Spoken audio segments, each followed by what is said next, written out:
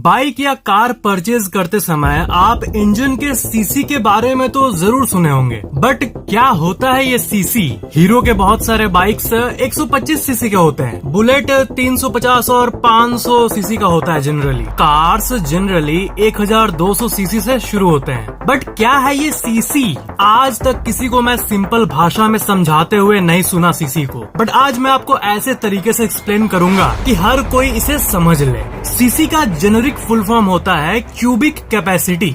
Bike के अंदर engine होता है, ठीक है, आप सबको पता है, और इंजन के अंदर मल्टीपल सिलेंडर्स का यूज किया जाता है, ऐसे गोल गोल सिलेंडर्स। किसी में 1 सिलेंडर, किसी में 4 सिलेंडर, किसी में 6 सिलेंडर। तो मेन बात यह है कि हर सिलेंडर के अंदर पिस्टन नामक एक पार्ट होता है जो कि अप एंड डाउन मूव करता है, ऊपर नीचे जाता आता है, और इसी पिस्टन के मूवमेंट के चलते गाड़ी का तेल जलता है और गाड़ी को आगे बढ़ने के लिए एनर्जी मिलती है, पावर मिलती है, और इस प्रोसेस को कंबशन कहते हैं। तो ये जो पिस्टन ऊपर नीचे हो रहा है ना, जिस हाईएस्ट ऊपर वाले पॉइंट तक ये ऊपर जाता है उसे कहते हैं टॉप डेड सेंटर, और पिस्टन जिस एरिया तक नीचे आता है लास्ट उसे कहते हैं बॉटम डेड सेंटर। तो जो ये पिस्टन ऊपर नीचे होते रहता है ये इसी टॉप डेड सेंटर और बॉटम डेड सेंटर के बीच में होते रहता है, जैसा कि आप अपने स्क्रीन पर देख सकते हो। और एक बार ऊपर जाके ये नीचे आया तो उसी चीज को एक स्ट्रोक कहते हैं। एक स्ट्रोक,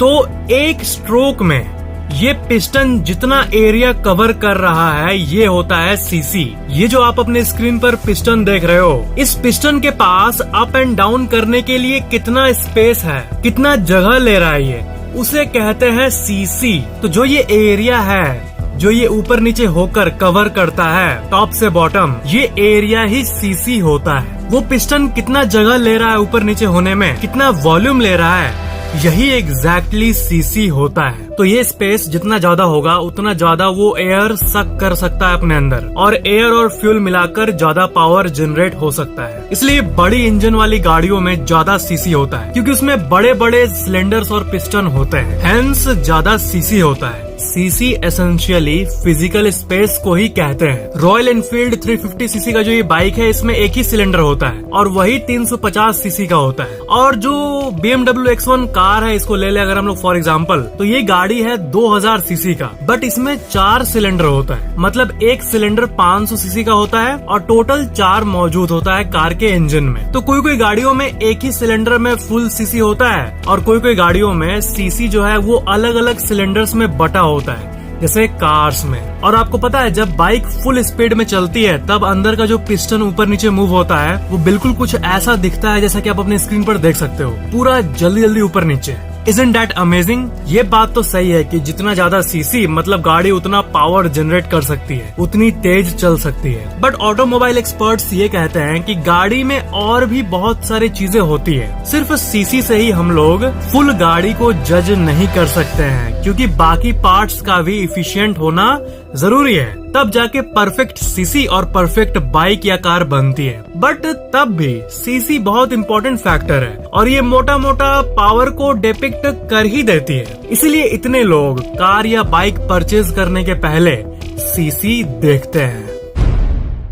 मोबाइल नंबर डायल करते समय या फोन रिसीव करते समय जो ये +91 +1 ये सब जो हम लोग देखते हैं ये क्या है और क्यों होता है? तो ये ना एक्चुअली कंट्री कोड्स हैं जो कि हर देश का अलग अलग होता है। जैसे अमेरिका में कॉल करने के लिए आपको पहले +1 लगाना होगा, उसके बाद उसका नंबर लगाना होगा, तभी आप उसको कॉल कर पाओगे जिस भी इंसान को आप लगा रहे हो। अगर आप फ्रांस में कॉल करना चाहोगे तो आपको पहले +33 लगाना होगा अपने डायलिंग पैड में, फिर उसका नंबर। तो मैं आपको यहाँ ये नहीं बताने आया हूँ, बहुत को पता ही है country code and all that. Main सवाल ये है कि अमेरिका को +1 कैसे मिल गया और इंडिया को +91 ही क्यों मिला? तो बात यह है कि 1950s के समय जब ये टेलीकम्युनिकेशन ग्रो हो रहा था ना, तब नॉर्थ अमेरिका का बहुत बड़ा हाथ था इस टेक्नोलॉजी को हर जगह फैलाने में। वो एक मेजर फोर्स था जो कि सबसे पहले इंटरनेशनल डायरेक्ट कॉलिंग को पॉसिबल किया था, और टेलीफोन का शुरुआती इन्वेंशन अमेरिका और कनाडा से लिंक्ड था, पहली बार उसी एरिया में आया था। और इसलिए आप ये पूरा लिस्ट देखो, ऊपर कनाडा और यूएसए का डायलिंग कोड +1 है और उसके बाद नीचे है अफ्रीका +20 से शुरू होता है, +20 +210 ऐसा है कंट्री कोड। यूरोप में +30 +31 +33 ऐसा होता है। और नीचे करते करते आप यहाँ देख सकते हो +91 इंडिया का है, +92 पाकिस्तान का है, +94 श्रीलंका का है। अभी के समय कंट्री कोड ये सब इंटरनेशनल टेलीकम्युनिकेशन यूनियन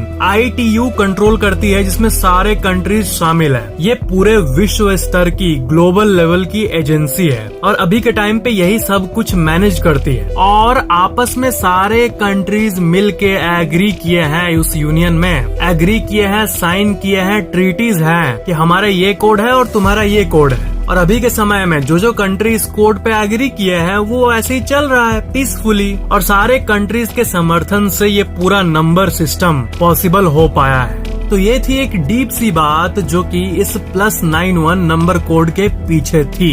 चैनल को सब्सक्राइब करके बेल आइकन ऑन जरूर कर लेना और वीडियो को लाइक जरूर करना।